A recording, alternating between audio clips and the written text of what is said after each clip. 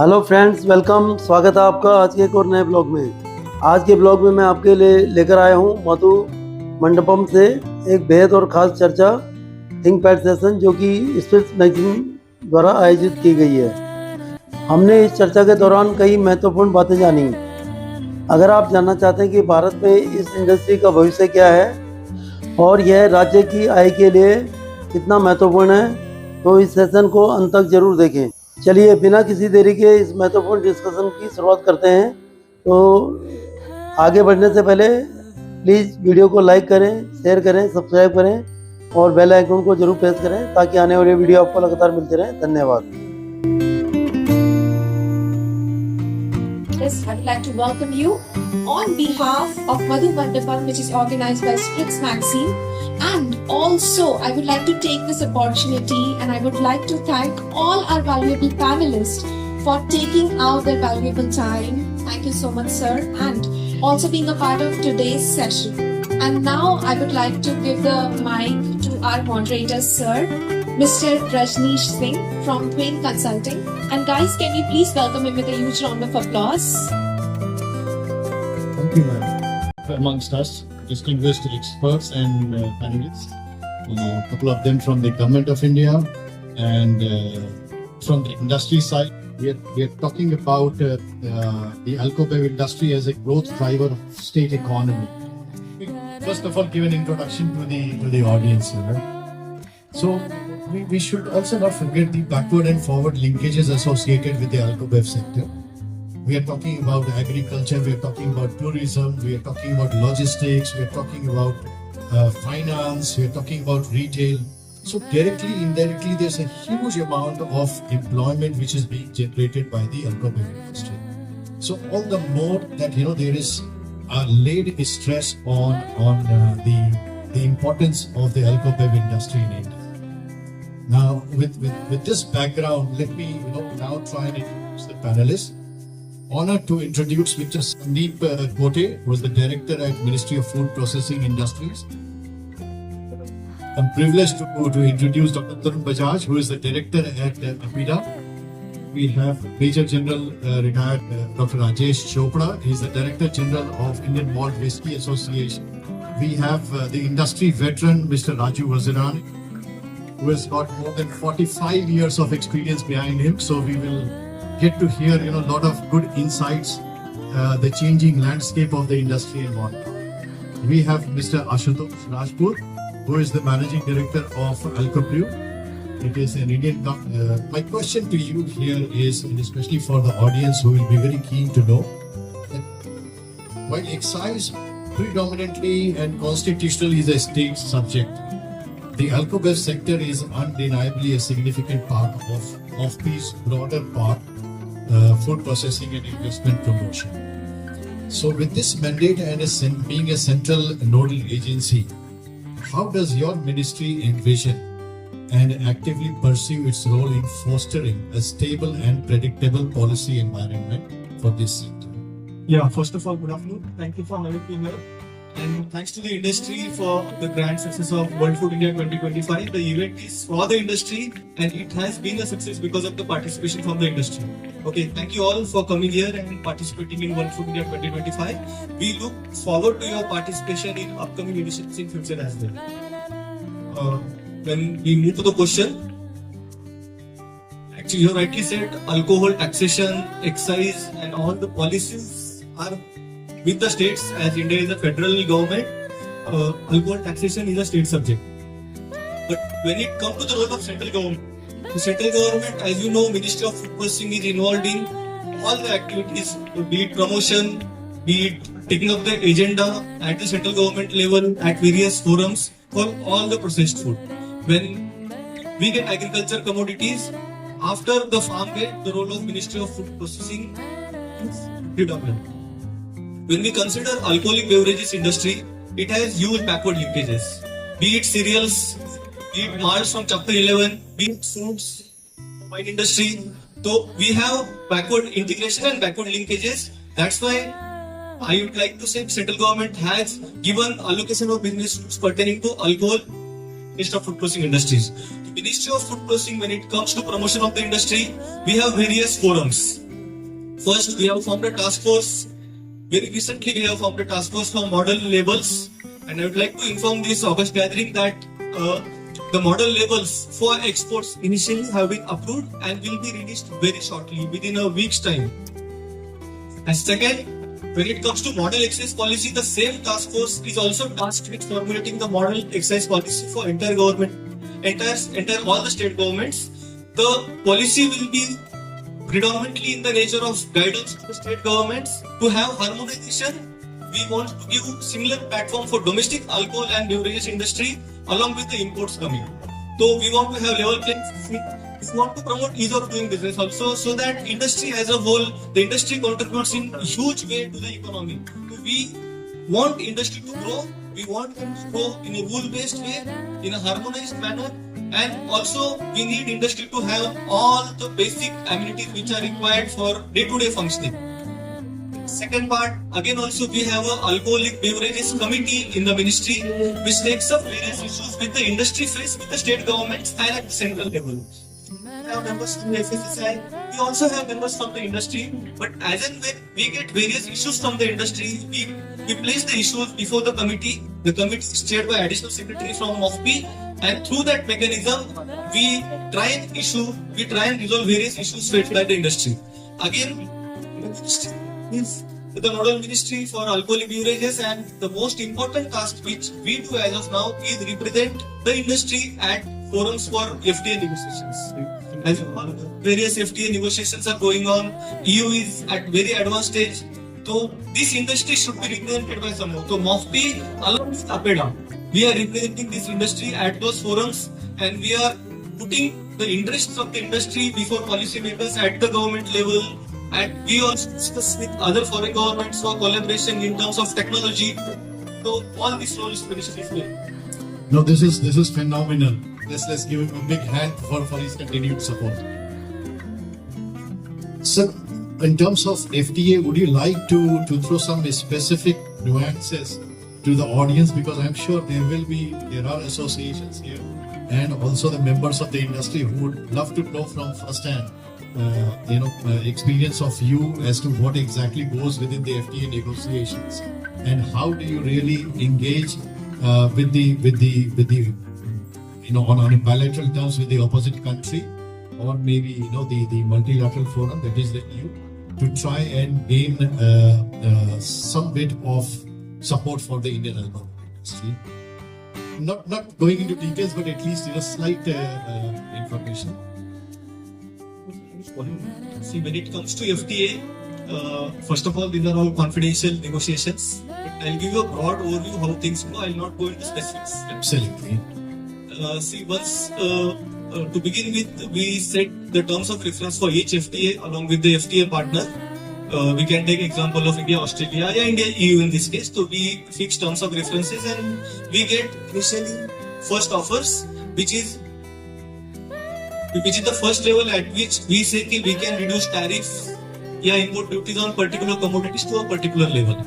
Then we get the reciprocal first offer from the other country, partner country as well. Then the negotiations begin. If we take example of wine, say it's in chapter 22. So on wines, we try to access their domestic capacity, their domestic potential, the structure of their domestic industry, and vice versa. We also see what are our strengths, how competitive our industry is, what are the linkage of industries with crucial sectors like agriculture and employment in the economy, and the role of industry and future prospects as well. So now, if we know, example, wine industry is very important for our domestic economy. It is at a nascent stage. So we would like to protect the industry at various levels. So in the initial rounds of discussion, we'll seldom give very less access, but as and when things go, see, if you consider FTA, it's for the entire economy. There are various sectors, like there is textile, there is gems and jewelry, there is petrochemicals, there is services, all sorts of sustainability issues are also discussed. So within that, we try to protect our sector, considering what in exchange, if at all, what we get access to our wines, we also give access to our wines, but it is not the same case. We also link it to various commodities like apples, pulses, various. So if we make up our mind, we want to protect thing, we'll protect it to the last. So thank you so much, Dr. Tarun Bajaj. Sir, I know that APEDA has set an ambitious target to increase and achieve an Alcobev exports to the tune of $1 billion, which is highly commendable.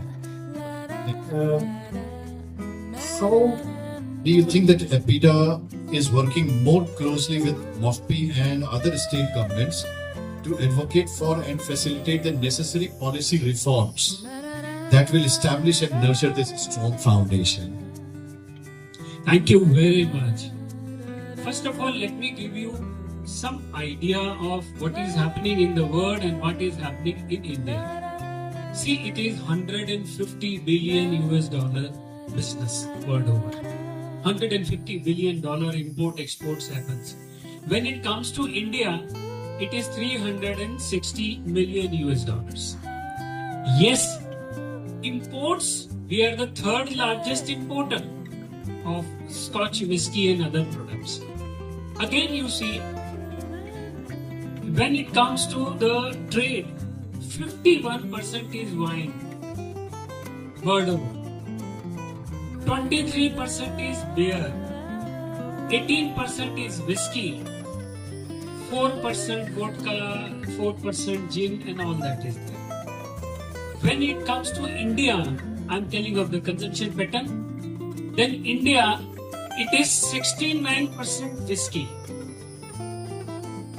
30 to something percentage is beer, 5 to 8% is wine and vodka and other products. So this is when it comes to the consumption. So because basically we were a colony of British, so they have thought like this only.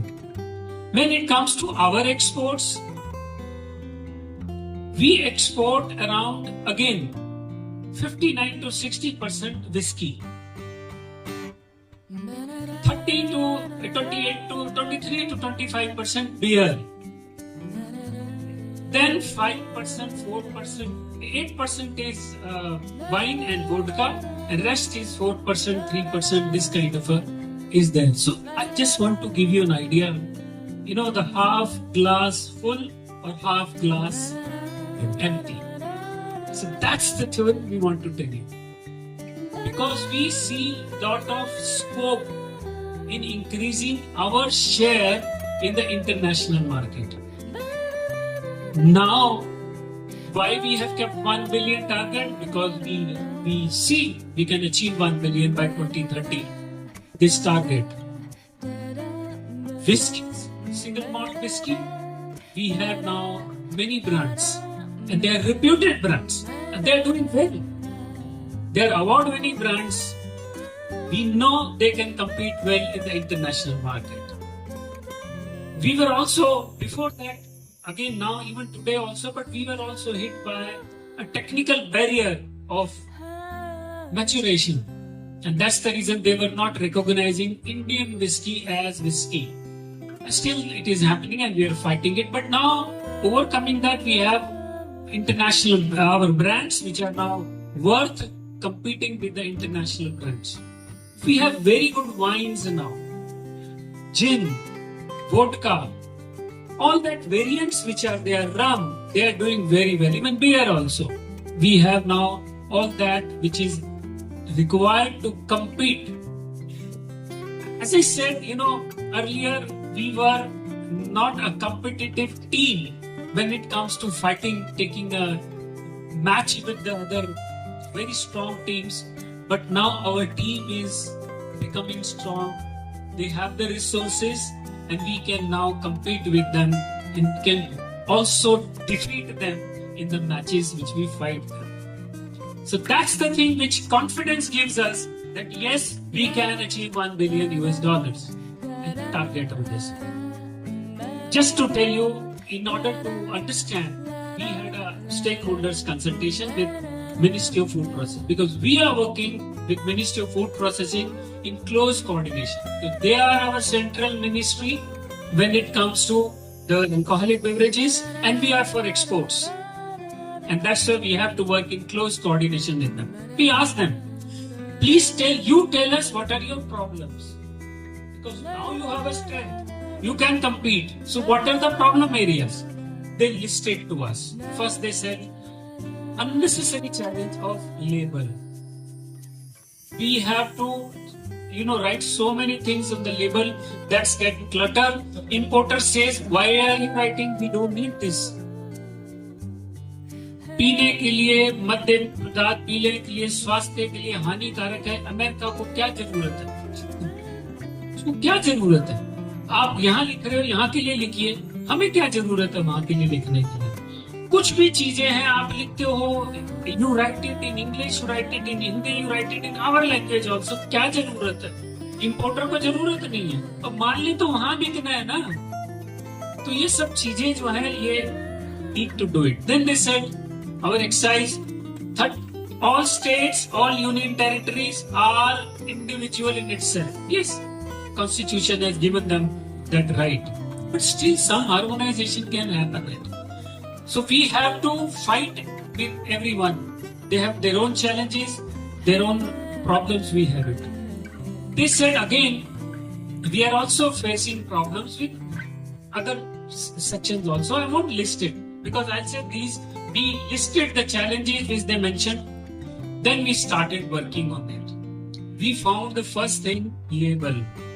We talked to the excise commissioners. First of all, let me tell you honestly, nobody was willing to talk on this subject. No, this is our domain. We'll talk in this, we will settle it. But we, through discussions, through talks, and what we did, we took few excise commissioners with us to abroad. We said, you come with us. You see what is happening abroad. Exhibitions, trade fairs, we took them abroad. We said, you see their bottles, their labels, and how they are doing it, then just an exposure of it. And that paid to us.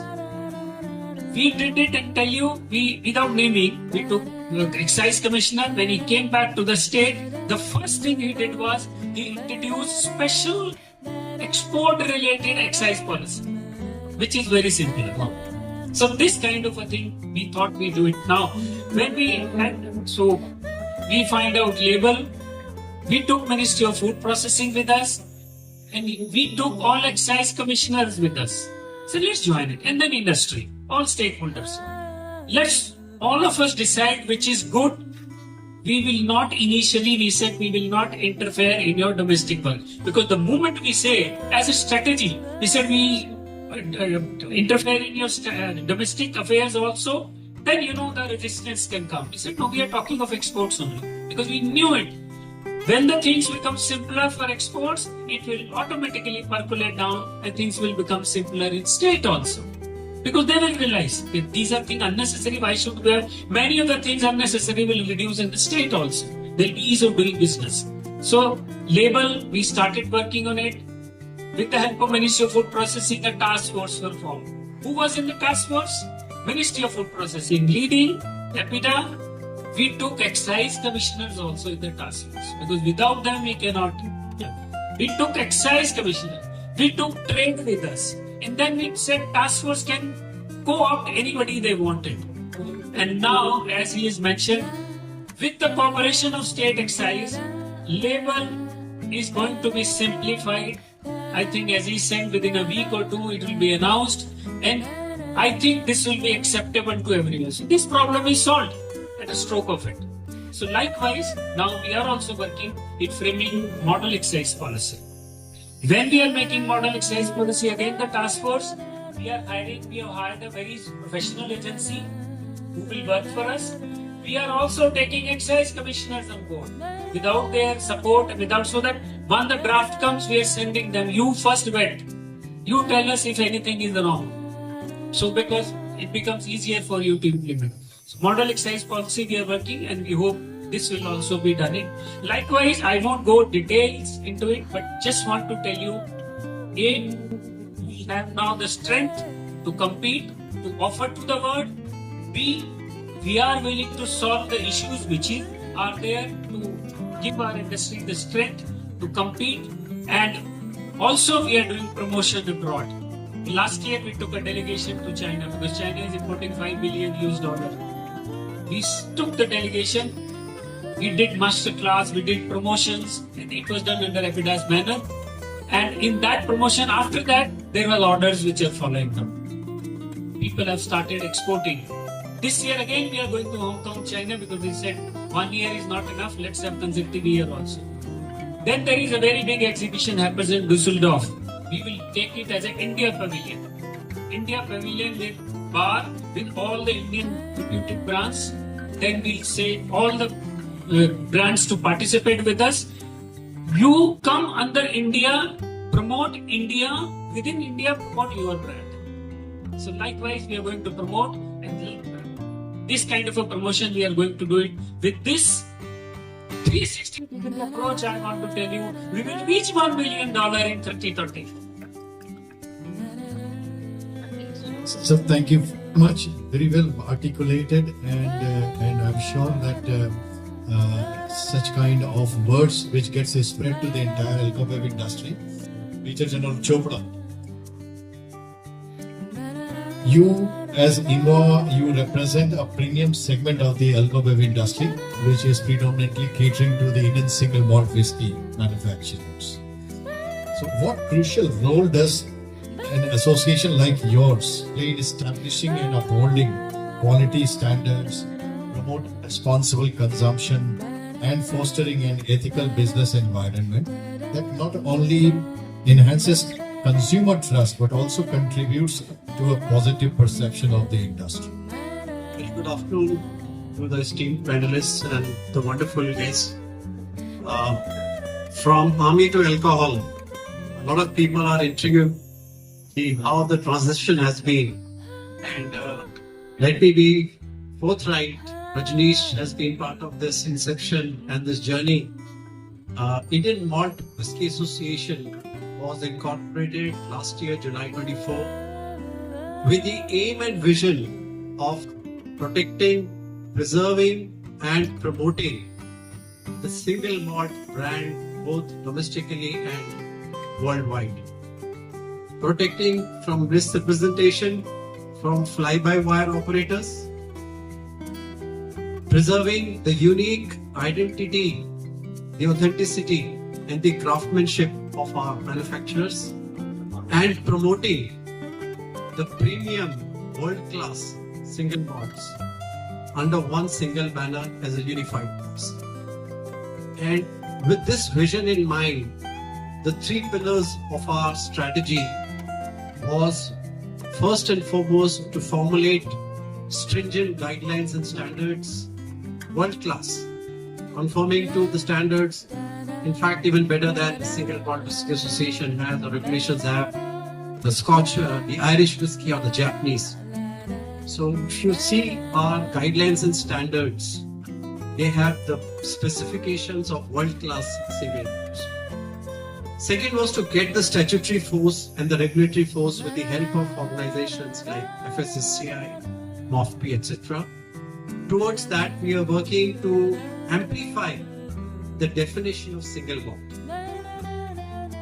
to include maturation period and a few other aspects of what constitutes or defines a single malt, world-class single malt. We are also working towards getting a GI tag for the Indian single malt, so that when we talk of promoting it as a premium world-class authentic whiskey, we have that statutory and regulatory force behind it. Second pillar is creating awareness amongst all stakeholders, engaging with them, education, social development, other aspects of CSR activities.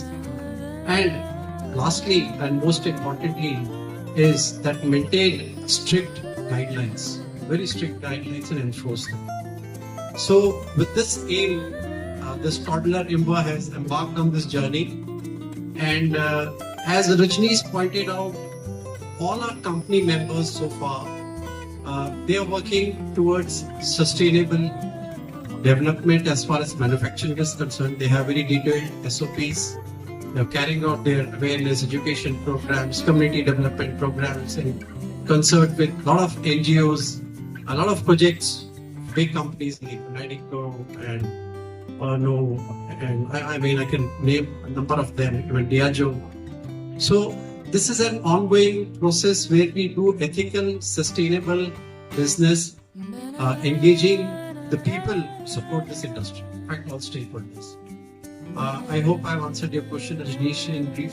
Yes, of course. Rajneesh, that we are also assisting APEDA because already our single brands, which constitute more than 35% of the revenue, are already being sold in more than 60 to 80 countries, duty-free shops. And we want to promote this brand India in the next shows which APEDA holds. Within the Alcobev sector, we want to have a single Indian malt whiskey banner where we showcase the Indian single malts. And this is what we will carry forward to APEDA. Fantastic. Now we proceed to Mr. Vaziraney. The industry fondly calls him RB. and he being an industry veteran.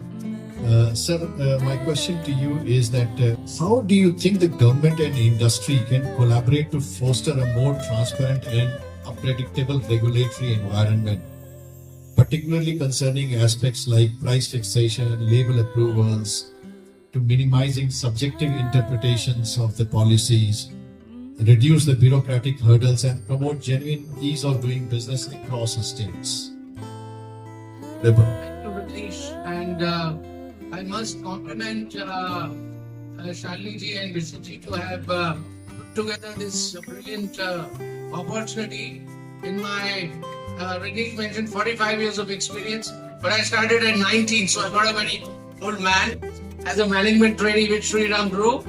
So I must compliment Shalini ji and Vishnu ji, and it's very heartening to see senior government officers sharing the forum with private corporate leaders.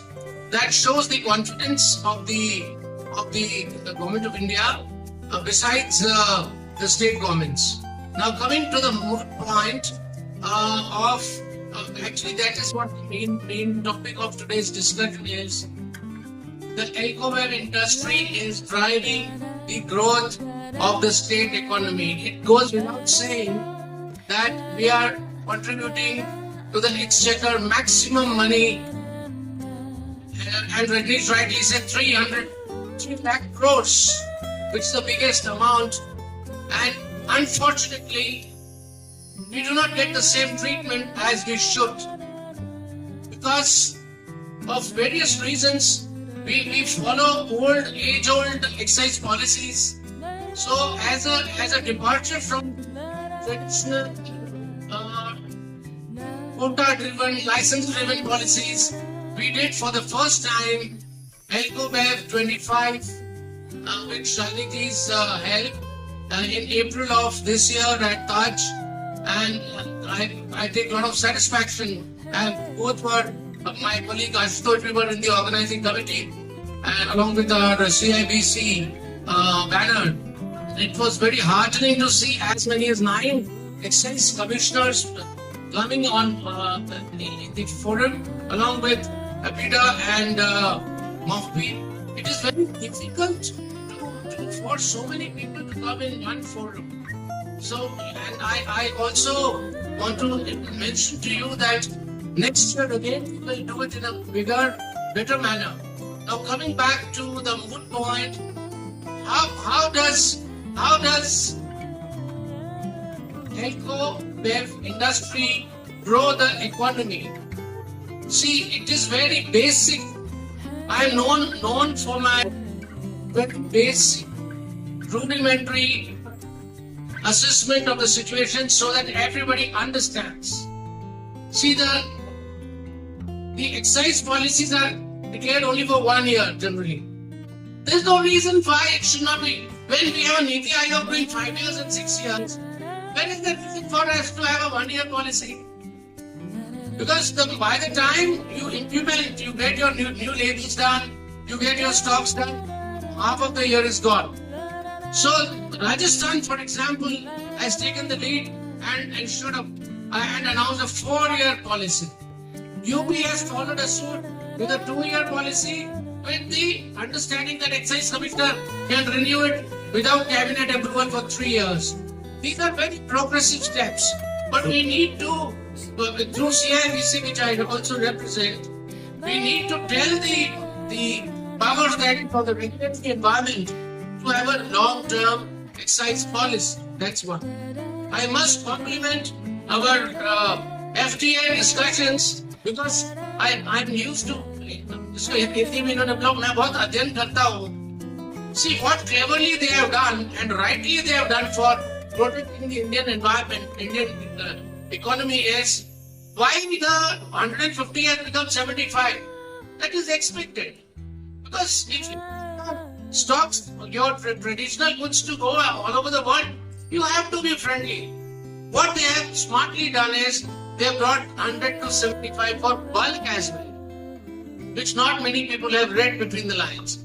The moment it comes to bulk, companies like Amrut is the pioneer of Indian single malts, as you know, and all other inspired single malts like Rampur or Paul John, or he's also going to get a single malt. We have the advantage of 75% import because we have to use VMS to make world-class whiskies. So Indian single malts are protected that way. Now what we have to do? When I say we have to do, means as an industry, we have to convince the state excise commissioners, most of them are on board, that why don't you rationalize Indian single malts, rationalize the duties, rationalize or encourage Indian single malts to grow. As he rightly said, whiskey is the mainstay business in India. Whether we like it or not, we have been a colony of England and we are used to that Scotch, in our mind. But not anymore. As per Times of India reports, we consume more Indian single malts than even imported. The CEO of Pernod Ricard, the CEO of Diageo, because I have also been in charge of a Diageo joint venture with Radico Gaitan. They come here and they say, we will set up shop here, make Indian single malts from like Dhvaen or what is that? Longitude here and sell all over Asia. That's a huge opportunity. Pernod Ricard has put up a plant, are putting up a plant at Nagpur. And Dhvaen has put up a plant at Sona. If they can do, we can do better. Now, why can we do better? Because most of you may not be understanding, or you may not be able to fathom why Indian single malts are inherently superior to Scotch or single malts coming from Scotland. Because of the angel share. We are a tropical country. The temperature goes up to 50 degrees. So the angel share on alcohol evaporates at 78 degrees Fahrenheit, water at 100. So the moment you approach 25, 26 degrees, the evaporation starts. So we have an inherent advantage that our 1 year maturation is compared to maybe 4 year or a 5 year in Scotland, where the evaporation is only 2% as opposed to 10%. Amrut being in a very nice place like Bangalore, where it is the weather is good, still we have 10% evaporation. So we have the inherent advantage of solid maturation. Number two, the liquid is deep. There's so many, that all you know. This is not an investment forum, but we have the advantage of Indian single malts. But till we are able to convince the respective excise commissioners, and in the April, we found UP, Uttarakhand, Kerala, all responding very well, and they are going to have a dedicated portion in the forthcoming excise policy for Indian single malts to promote it. A small maxi for tequila, they're known for tequila all over the world. Such a small category, but because they promote it, we have to promote Indian single malts as a category, and there is no competition. That's why the association has been made, so that we have this unison of command, unison of voice. These are very important things. Then I can talk more, but I'll go to the next point. what Rajneesh said, free pricing. हमारे देश में दूध और bread 6 महीने साल में बढ़ जाता है, 2 रुपए लीटर बढ़ जाता है। दाम क्यों नहीं बढ़ेगा? 500 रुपए में रोज टाइम यहाँ ऑफिसर 500 रुपए में 20 साल पहले वो 400 रुपए में बिकता था। Why should not be sold in conjunction with inflation? If you go to the excise commissioners and say no, you will not give me prices. Why should you not? Let the consumer decide. And the first test case is Kerala, where we found an IPS officer in April. When we discussed, she, for obvious reasons, I cannot give her name. She has got free pricing in Kerala. Our volume, our revenue has doubled in the last 8 to 9 months. That is the power of free trade. Let the consumer decide. He or she what she wants to pay. Why should a bureaucrat or an industry or anybody else decide? Let the consumer decide. More opportunities for sale. See, liquor is a lifestyle business. We must get good opportunity to get on-trade experience. Our on-trade experience is almost nil. You go to Delhi market, there is hardly any shop which has a buying experience. In Haryana, there is buying experience, but unfortunately, they are competing so much with each other that it is going all over the place, which is not the best thing to do. It's the industry, because nobody makes money. So, more opportunities for buy on more retail as well as on trade. There is one more business which is generally ignored. Single malt, I have already talked to you. He's already mentioned very systematically. Is CSD. Armed forces. We have the biggest armed forces in the world. But CSD is taken as also rank category. In excise policy, CSD there is no consumption, there is no motivation. For an armed officer who is sitting at the border, he or she should be given some motivation or incentivization to buy. So I can talk more, but we are working in this direction steadfastly. I'm sure come April we will have more and more progressive state excise policies. I remember Madhya Pradesh, Abhishek, and Adarsh ji from UP, Ravi Jahaji from Delhi. They are like CEOs. They work upright, brilliant officers. Okay, I have open door policy. हमारे को बता more such forums, more such discussions, and they need to be taken up at right forums in state excise policies.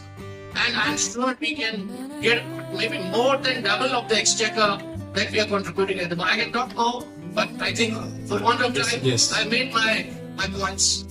Thank you very much for your comprehensive insights. We have Ashutosh Rajput also here, and from an industry perspective, I'd like to invite your comments and insights. What are the most critical elements of policy stability, given that you have huge distillery and you are launching a lot of brands, and now you are also on the anvil of launching an Indian single malt whiskey? So what do you think are the most critical elements of policy stability that you would envision a state government to announce?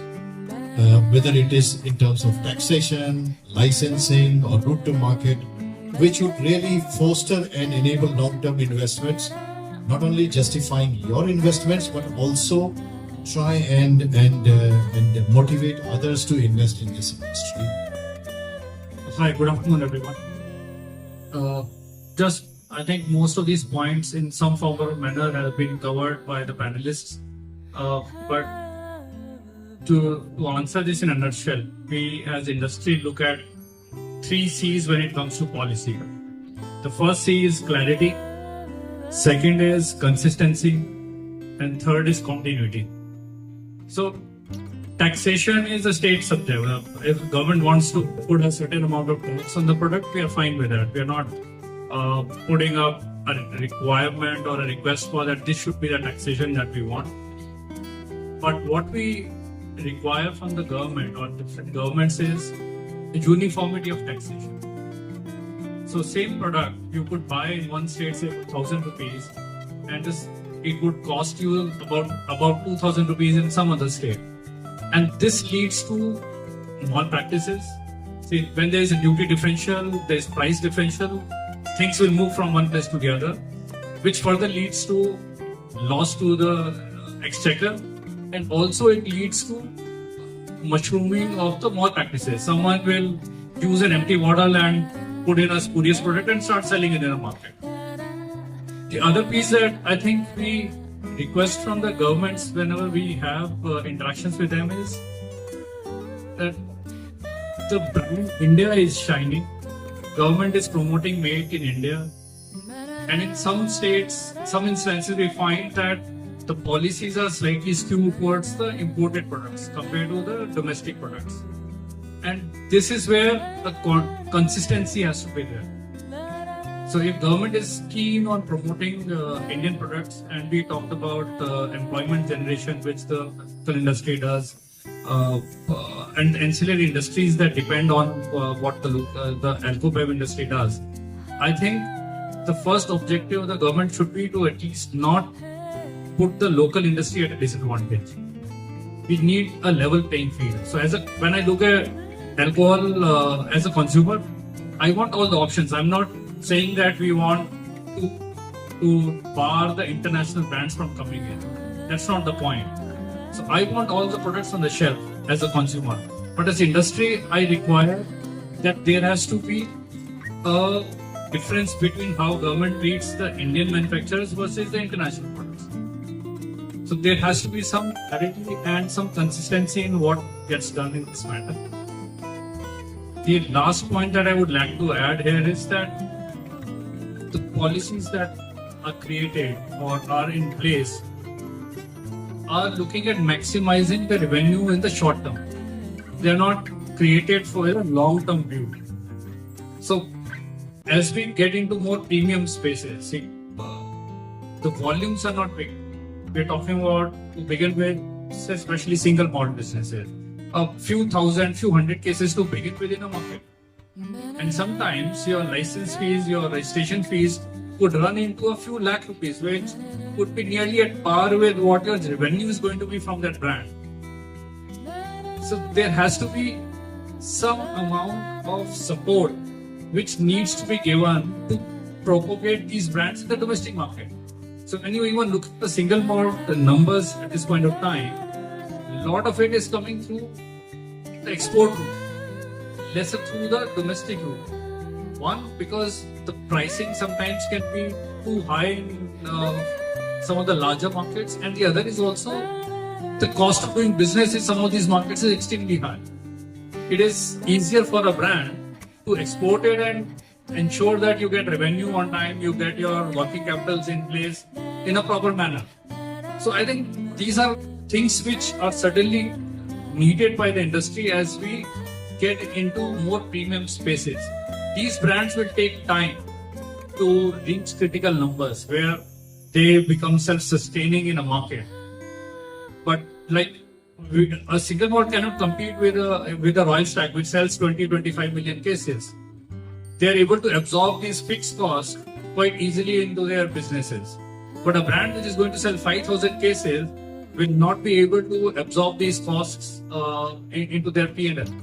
So and the policy is same for both. So these are the things that we require as an industry from government, and I'm sure we don't have an easy solution for this because this is a state subject. And like both the panelists mentioned that there is a model policy framework which has been created. But the challenge is going to be in terms of how do we get that implemented. That's where the whole challenge as an industry person for me is. What I'm looking out for is that if there can be a concentrated effort, and like Dr. Tarun mentioned that they took some of the excise commissioners outside of India and gave them that kind of an experience. And I think it's a great initiative. And I think you should do it more often because right now only some people are doing it who have that exposure. I think you need more people who get that exposure and are able to understand the problems and also the opportunities which Alcobev industry provides to the economy and to the overall employment of, within this country. Please give your suggestions to us all these suggestions you give it to us so that we can put across to the committee, and we try to see that the model excise policy which is being made, these issues are addressed. Once we have a model excise policy which caters to all your issues, then definitely the implementation stage will come. And as I said, in order to have its smooth implementation, we are keeping those who have to implement on board. They are very much on board, and their consensus will be there, because it's not that only you will say and we will not hear them. Your issues will be flagged to them. They will also give their suggestions, then which is mutually agreeable will be part of the excise policy. And since it will be mutually agreeable, it will be easier for us to implement. Ministry of Food Processing is going to take the lead, being a central ministry. And let us see, there are union territories also. There are states, but there are union territories also. And state government, I'm sure when they are on board, they will listen it. And we request you to please give your suggestions. एक बात और, अभी ये काम अब शुरू हुआ है. आज से पहले कभी आपने सुना कि ऐसे कोई काम कर रहा हो, सरकार की तरफ से आपके लिए बैटिंग कर रहा हो, कोई सरकारी के लोग आपकी तरफ से आ रहा हो, कभी सुना आप लोगों ने? ये 2-1 साल से आप लोग सुन रहे हो. बड़ी खुशी हुई मुझे, आपने कहा कि पिछले इस अप्रैल में 9 एक्साइज कमिश्नर्स हमारे उसमें आए. कैसे आए हमें पता है, आप बताना नहीं चाहते हम लोग, लेकिन एफर्ट किए हम लोगों ने, सबने मिलके किया, आपने भी किए, हम लोगों ने भी एफर्ट किए. तो उसके बाद हम लोग यहाँ पर लाए. इस अप्रैल में कोशिश करेंगे और भी आए. तो मेरा पॉइंट ये कि उनको बोर्ड पे ला रहे हैं. आप कह रहे हैं उनको हम एक्सपोजर्स के लिए लेके ले जाएंगे. That goes it. अभी हम ट्रेड डेलीगेशन जो लेके जाएंगे, we'll try to see they are also part of it, because they not only regulate, they not only create it, they also become part of us in promotion. So we want to do it. ये सारे काम हम करने शुरू हुए हैं. Please understand, ये अभी शुरू हुए, and it is a complex thing. मैं आम जुबान में कहूंगा कि बहुत सारी गुंजलें बनी हुई हैं, उनको सुलझाने का काम अभी शुरू किया है. Don't get impatient. Please don't get impatient. लेकिन होगा, सोल्यूशन हम लोग कर रहे हैं. साथ दीजिए हमारा. आपके लिए हम भी लड़ने के लिए तैयार बैठे हैं. आपके लिए हम एडवोकेसी करने के लिए तैयार बैठे हैं. हमारा साथ दीजिए. बड़ी मुश्किल हुई हम लोगों को जब हम 2-1 साल पहले कहते थे आइए मीटिंग में आ जाओ. कोई मीटिंग में नहीं आता था. एक जूनियर लेवल का आदमी भेज देता था. कहते क्या डिसीजन मेकर नहीं है, ये आके करेगा क्या. तो हम कम से कम ये है कि आप लोगों के लोग आने शुरू हो गए. तो एक सीनियर लेवल हमसे बात कर रहे हैं, हमारी मीटिंग्स में आते हैं. आप लोग खुल के सजेशंस दीजिए. आप खुल के हमारे साथ आइए, हमारी मीटिंग्स में पार्टिसिपेट कीजिए. कुछ प्रॉब्लम है, come to us. Export related problem तो हम अभी इमीडिएटली एड्रेस कर सकते हैं. हमारे हाथ में नहीं है तो हमारे पास अथॉरिटी है, हम बात कर सकते हैं. लेकिन स्टेट लेवल का कॉम्प्लेक्स इश्यू है, वो भी कर देंगे सॉल्व, मुझे उम्मीद है हो जाएगा. लेकिन मिलजुल के पेशेंस से smartly will do it. Government is here to lead your cause. Sir, thank you very much. Very heartening to know, and the entire industry would like to express their gratitude to Ministry of Food Processing, to APEDA, and to the Government of India for their invaluable support.